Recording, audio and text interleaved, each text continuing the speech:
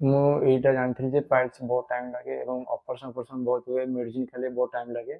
But ମୋର ଏଇଟା ଗୋଟେ ମାସ ଭିତରେ ଭଲ ହେଇଛି ଏବଂ ଧନ୍ୟବାଦ ଦେଇଛି। ମୋ ନାଁ ରାଜେଶ ପ୍ରଧାନ, ମୁଁ ଭୁବନେଶ୍ୱର ଜୟଦେବ ବିହାରରୁ ଆସିଅଛି।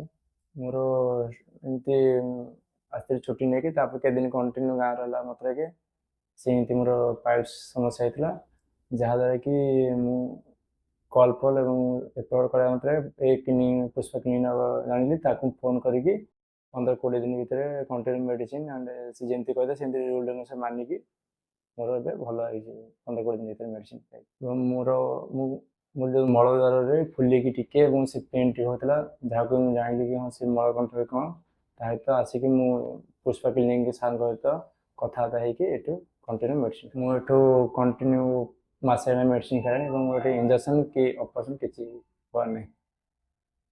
ଓନ୍ଲି ଆୟୁର୍ବେଦିକ ମେଡ଼ିସିନ୍ ଖାଇକି ମୋର ଭଲ ହେଇଛି।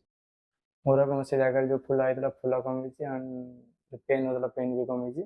ମୁଁ ଏବେ ଠିକ୍ ଅଛି। ମୁଁ ଏଇଟା ଜାଣିଥିଲି ଯେ ପାଇଲ୍ସ ବହୁତ ଟାଇମ୍ ଲାଗେ ଏବଂ ଅପରେସନ୍ ଫପରେସନ୍ ବହୁତ ହୁଏ, ମେଡ଼ିସିନ୍ ଖାଇଲେ ବହୁତ ଟାଇମ୍ ଲାଗେ।